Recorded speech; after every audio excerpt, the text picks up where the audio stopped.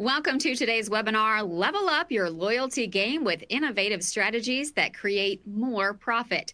Success in loyalty programs has moved beyond random BOGOs and other generic offers. Today's modern C-store owner is capturing value and winning guest loyalty by leveraging real-time data to create smarter loyalty programs and more dynamic offers that adapt to shifting behaviors.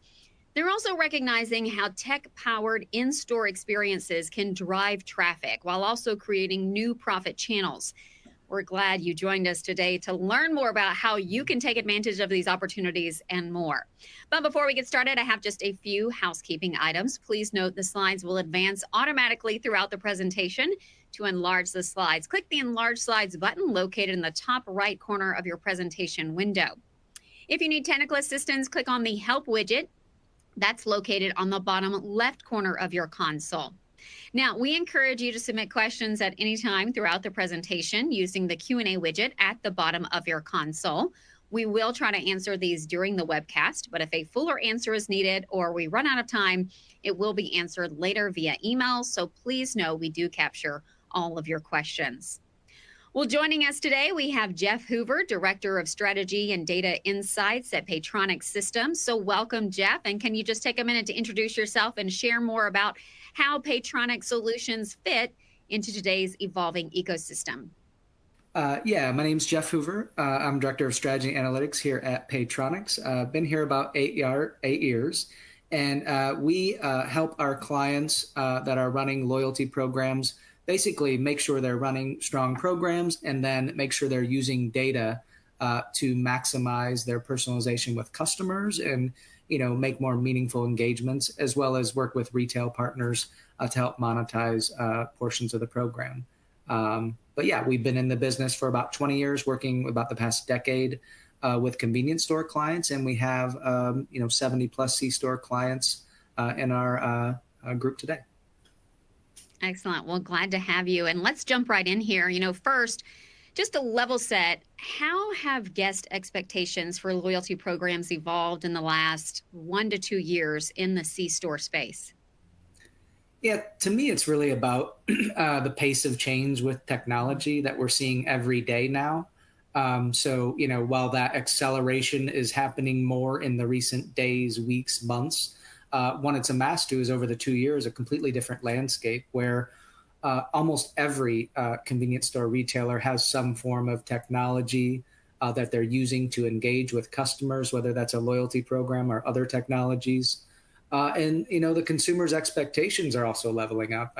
Even my uncle just got his first smartphone, so he had a flip phone up until about a month ago. So even he now can engage with an app at a convenience store once he learns how to download that app and use it ultimately. So I think the expectations from the younger audience, which have always been there, the demographic, to the older, they're now accepting and understanding how to use that sort of technology. And then, brands then have a different way to talk to customers, or a more robust way to talk in between visits in the app and with emails and push notifications. And again, the audiences are growing to accept that. We're able to tailor those rewards to benefit that particular customer. So, maybe you give a customer that's a pump-only customer a free coffee to come in store, but you would know that they haven't come in store before if they're part of your loyalty program. Whereas a customer that comes always in the store for coffee when they get gas, maybe we don't offer that person. So there's a way to personalize the offer to help motivate behavior change. I also see with the acceptance of technology and the pervasiveness of these loyalty programs, these retailers used to be reaching maybe 10, 15% of their customers. And now these programs, many of the best performing ones, are reaching 30, 40, or 50% of their customers in some cases by way of loyalty. So it's just a huge uptick in the availability of technology and the receptiveness of a broad consumer base in those technologies. Yeah, and you touched briefly on the types of rewards C-stores can use, like a free item as a way to change behaviors, get them to come inside the store. So what are some other more creative ways to engage users? I think it's first attracting them to participate in the program, having good value that, makes them see that there's something in it for them. But once they're in there, we talked about how do we connect between visits. If they have that app or other ways to interact with the brand in between visits, One example is a partner we work with, Mobivity, who offers games to be downloaded. And if you download a game and are in that loyalty program, you can get 20 cents off per gallon of gas, up to 20 gallons. So a $4 value. And retailers are finding ways to use other partner money and vendor money we'll get into later, but to be able to give value to the customers and drive further engagement.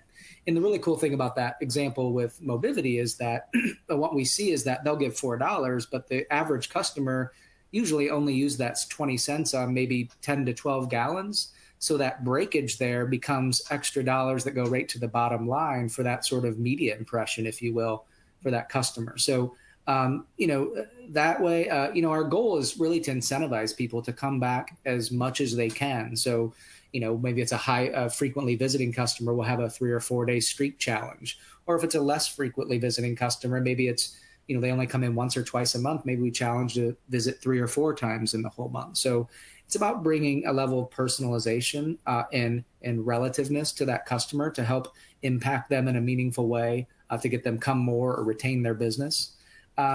It's not just about, getting customers to come in store. It's about continuing to engage them in your app. I talked about Mobivity. There's other gamification that we're seeing come into the apps where people are coming back time and time again. I'm not a mobile gamer, but I know I'm in the minority, it feels like these days.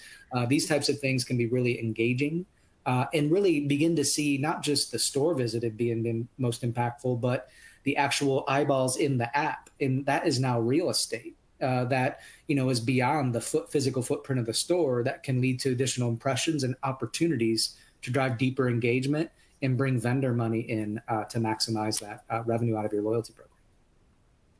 Yeah, and that's a fascinating way to look at the app as a moneymaker. Are there other opportunities like that which C-stores should be investigating? Yeah, I think the buzz around now is a lot in retail media networks, and really what that is the value in someone buying your products is, of course, a sale and the profit margin associated with that. There's also value in their eyeballs on your real estate, whether it's a physical sign in store or something in the app that is an impressionable. So I think, clients or retailers rather are starting to look at this, opportunity beyond just impacting the customer. How can we make more money, not just within the app and the eyeballs, but digital signage in stores and things like that. So you want to really expand those opportunities as much as possible. It can be hard. What we find also in C-stores is, and we work with C-stores and restaurant clients. And what we find in C-stores is the programs are absolutely motivating and worth doing, but the C-store customer, and I hope we can all resonate with this, we don't get excited, most of us, about getting gas in our car as we do getting our favorite meal at our favorite restaurant. So what we find in sort of with that kind of context is that customers respond more to something that is enjoyable to them rather than a commodity in buying gas. Not that gas stations are just selling gas. We're seeing them blur the lines with the food service space. And there's a lot of great operators out there creating really strong food and private label products that drive people in. But what we find is that in general, on average, while a consumer can motivated, some more than others, on average, they're motivated a little less. So it might be harder for a C-store loyalty program to motivate a consumer to spend more than it is a restaurant customer to capture more of their share of wallet. And again, we have lots of clients making really good money in that area, but at the same time, it forces, I think, to maximize the opportunity. Look at, well, how else can we make money in this program? Whether it's a retail media network, whether it's a gamification of a piece or the Mobivity program. And, historically, the mass merchants, the Walmarts, the Krogers, your regional grocery stores have done a great job at capturing money from these vendor partners with consolidated sort of industries where big players can influence them.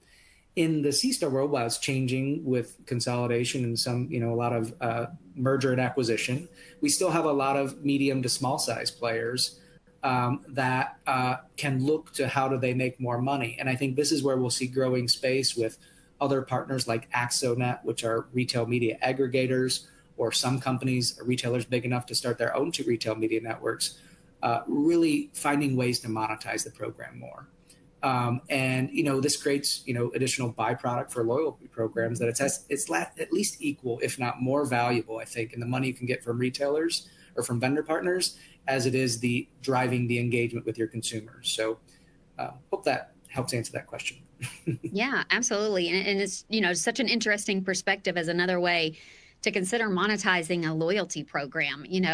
Um, Now, of course, no conversation about data today would be complete without talking about AI. So let's discuss, the potential of AI and machine learning in your loyalty programs, with some real world use cases where AI has helped enhance personalization or targeting.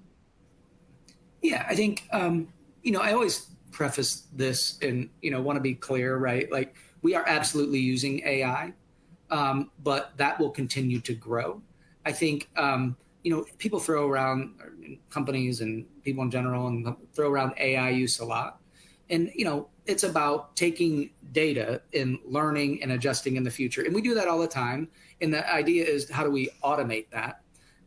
So a lot of our tools are using machine learning and things like that to develop really cool ways to segment customers and to target customers. But the real, I think, value in this is around the automation of things that we know work. So instead of every month sort of thinking about, what do we want to plan out for this month, having things that are recurring on a monthly basis or a weekly basis and bringing that automation piece into it. Some examples of, how we're using that. I guess in terms of AI, we have a really cool product with our online ordering platform. When people, if and when, hopefully there's not too many of them, people have a negative reply about their experience, it automates a response that is tailored to them and even pauses for several minutes to make sure it doesn't look like it's just a AI automated response is coming from a real person that then takes into account what their complaint was and formulates an AI generated response, and also looks at the level of their complaint and the value of that customer to determine what the right offer could be, and sends that to them automatically as if they're getting a real personalized experience from a person based on who they are. And we've seen that create a major impact and actually lead to huge increases in sales for customers that are receiving that and then coming back and visiting more. So taking a negative thing and turning it into a positive response. At the end of the day, we're building lots of tools that are using machine learning. So being able to automatically determine someone's best category or best product that they prefer based on past visit behavior, and then using that if we need to drive them into the store, whether we haven't seen them in a while. Let's use the free coffee for the coffee customer to win them back. So bringing that level of personalization, automation to winning customers back.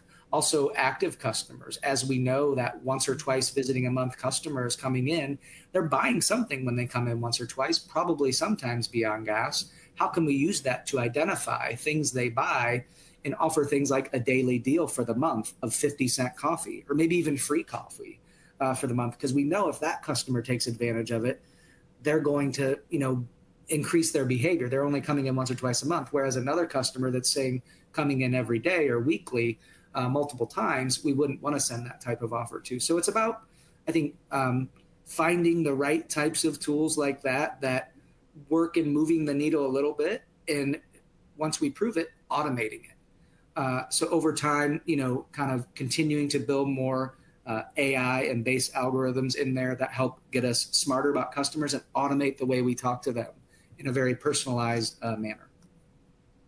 Yeah, and it sounds really promising. And how does that work with these C-stores?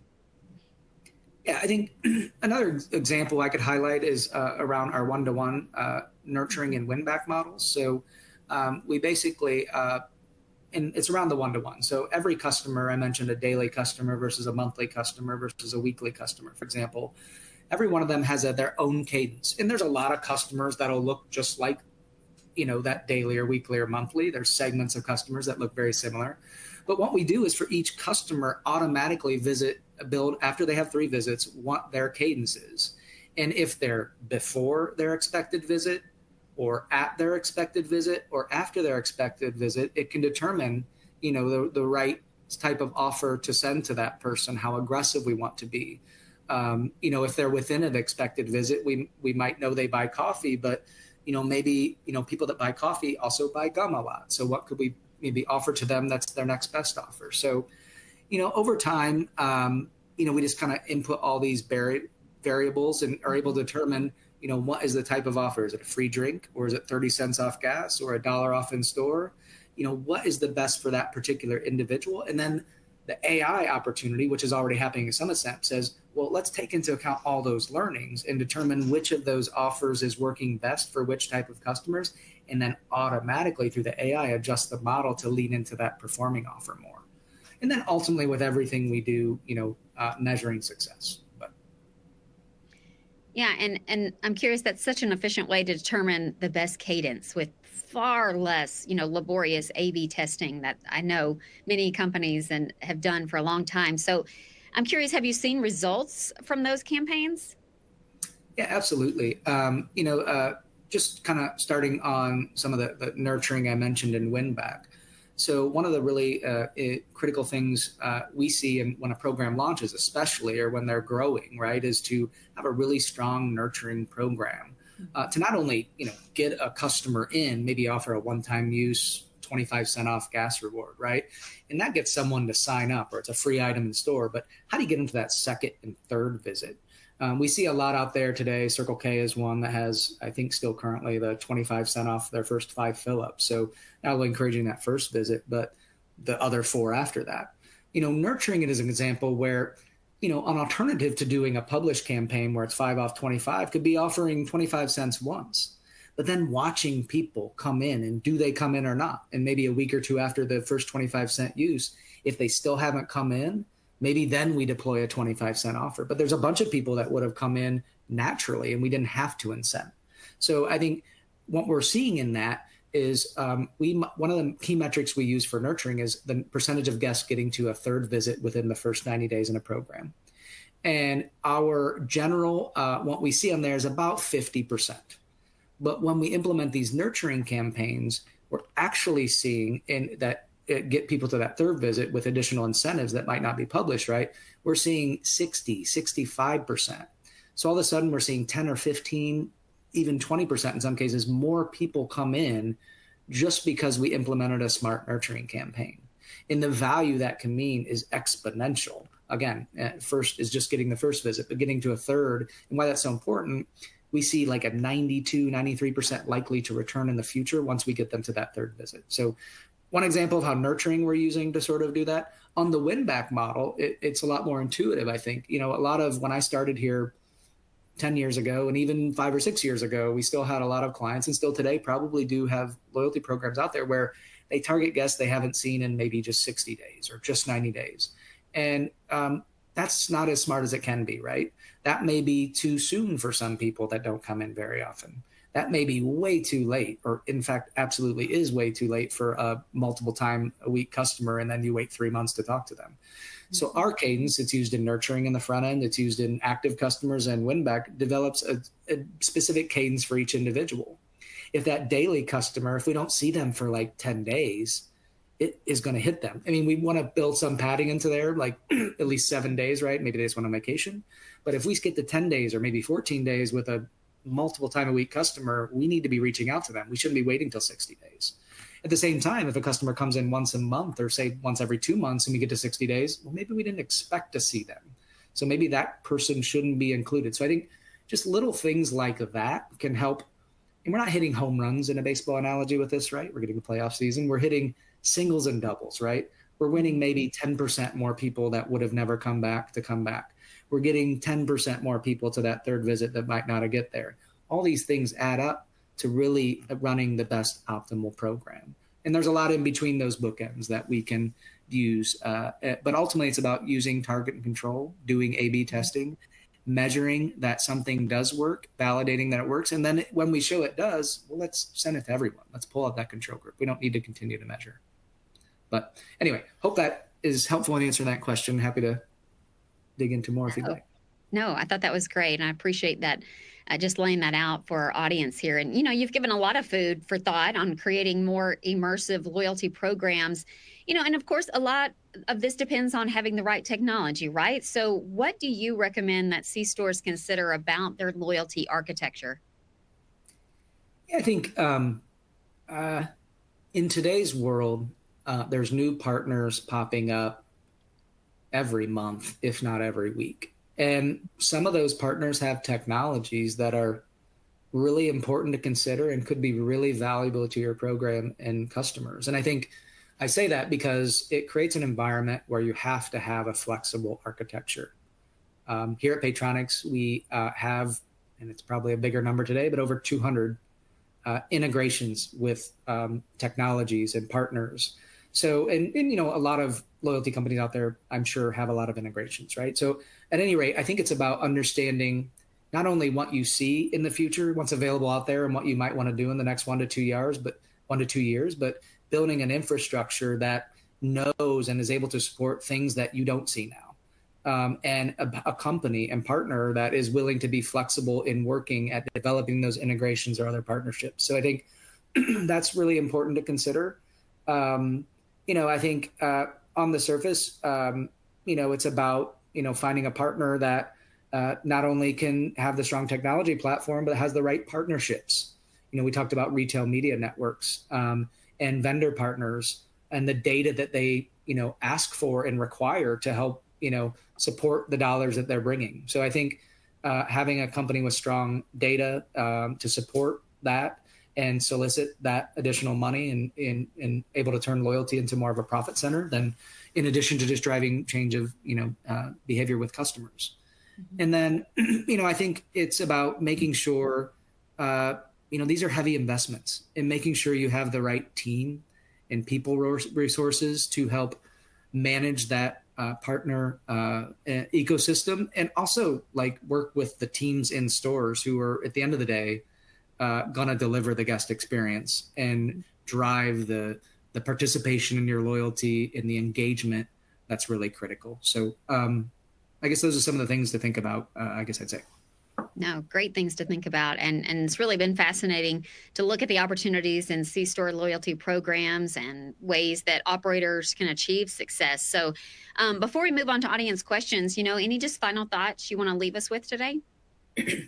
I always try to, I tend to say the same things a lot, but it's always new to someone. And I think all this stuff is great in looking at today and forward thinking, but I think the biggest thing I see out there is retailers trying to do too much and do too much at the same time. And it becomes confusing, not only to your customers in your store, but more importantly, or as importantly, your team members. They don't know what success looks like. They don't know how to talk to customers about it. So keep it really simple. If there's all these things you want to do, if there's a dozen things, roadmap it out over the next 3 years. One of the 1 or 2 or 3 things we're going to do this year, and how are we going to go to market with them in a way that makes them successful or sets them up for the most success with internal understanding at corporate, at the store level with our team members, in a way that can deliver the right experience to the guests. So it's a keep it simple, stupid, the KISS model, right? So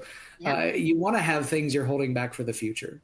So it's great to have aspirations, but again, don't try to do too much. Be deliberate and involve your team in your corporate for alignment, but also at the stores, most importantly.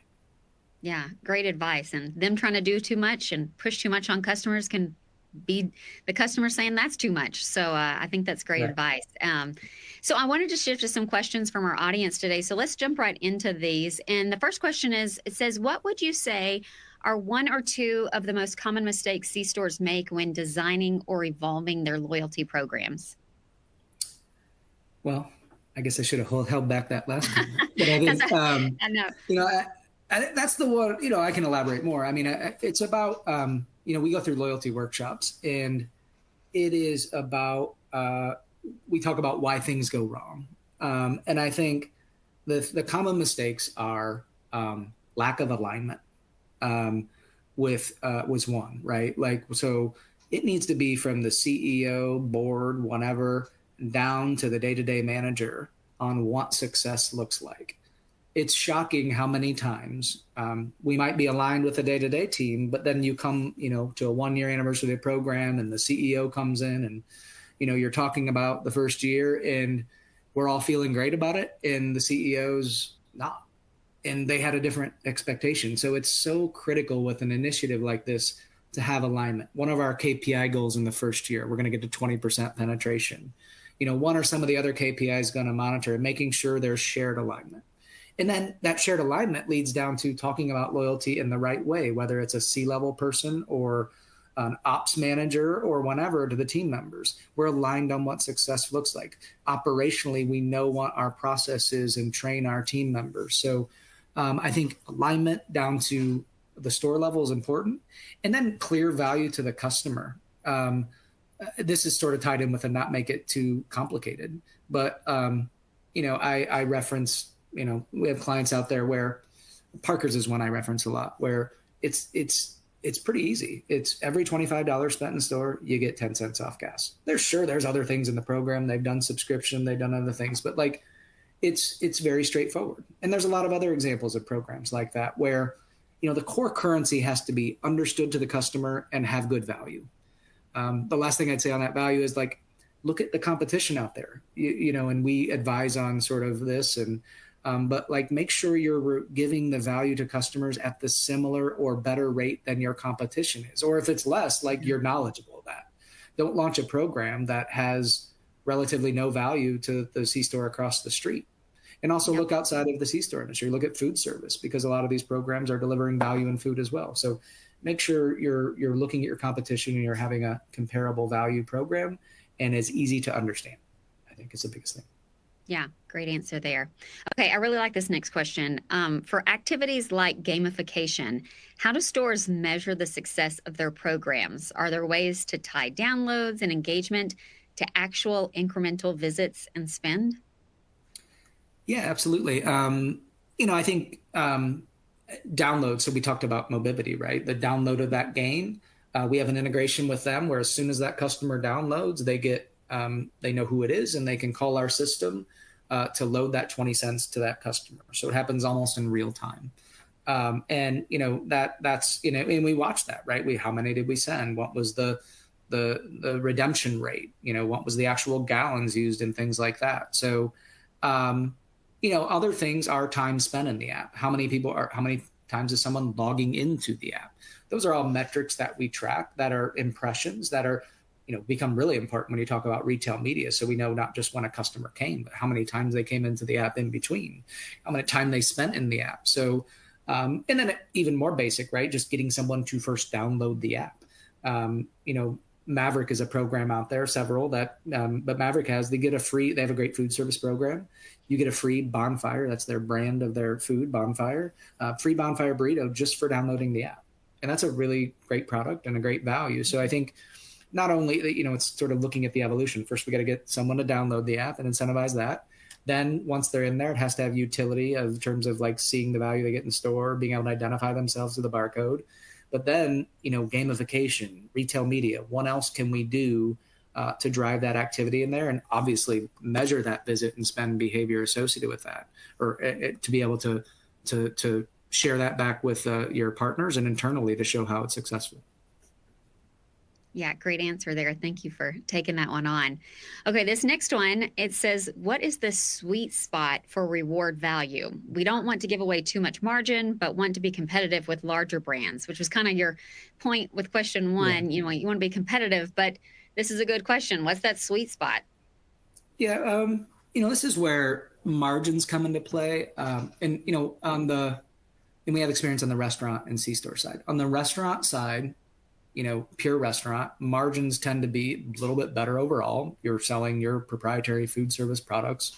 There's a lot of other complications, obviously, that go into that operation. But when we see on the restaurant side is we target 6 to 8% value. So every $100 you spend, you're going to get about $6 to $8 of equivalent value, not maybe 6 to 8 cash dollars, right? But that's the rough value. In C-store, it's really hard to support that. We generally see in C-store that the currency value is around 2 to 4% on average. So I think that's the starting point. So for every $100, you want to be rewarding $2 to $4 back in value. On average, there's above and below that. But that's where that's sort of the starting point. And then you kind of want to look at your competition out there, and you want to make sure that, I mean, that's a business decision. Do you want to be better than them? Do you want to be comparable to them, the same as them? And we can mask it how the points accrue and things like that. But I think consumers are smart enough over time, right, to know that if one program is getting them twice the value of another, they're going to realize that over time, whether it's overtly in the messaging or not. So I think aim for that 2 to 4%. Again, and we generally, programs are designed differently. Some award points just for spend in store, like I mentioned with Parker's. Some award points for spend in store and gallons of gas purchased. And sometimes the store stuff, not sometimes, it differs. Sometimes, tobacco and alcohol and lottery are excluded. In some cases, in some states, tobacco and or alcohol are included in points. And that can be a significant portion of the average check and have it in. But at any rate, we sort of look at 2 to 4% of value. So, and we model that based on the in-store spend portion typically. So if you spend $100 in store, you should be getting $2 to $4 back in value. The other thing we like to think about there is like how quickly you get to a reward. It's not just about the value. So it might be not forcing someone to get to $100 to get the $2 reward, but maybe it's $1 reward at 50. So same percentage, but we're getting them easier to get there, right? What you don't want is like, I have to spend $500. My average check is $10. It's going to take 50 visits. I only come in once every other month. It's going to take me 4 years to get to like a free Coke. That's what we don't want. So that's, I guess, directionally how you think about it. But again, it focuses on your competition and making sure it's relatively comparative value to your customers. Yeah, that's a great perspective and great answer there. Yeah, thank you for that information. Here's another question. What are some ways we can train staff on loyalty programs and give them an easy script to remind people to use it or sign up? Yeah, I think, part of it is in just simple training, right?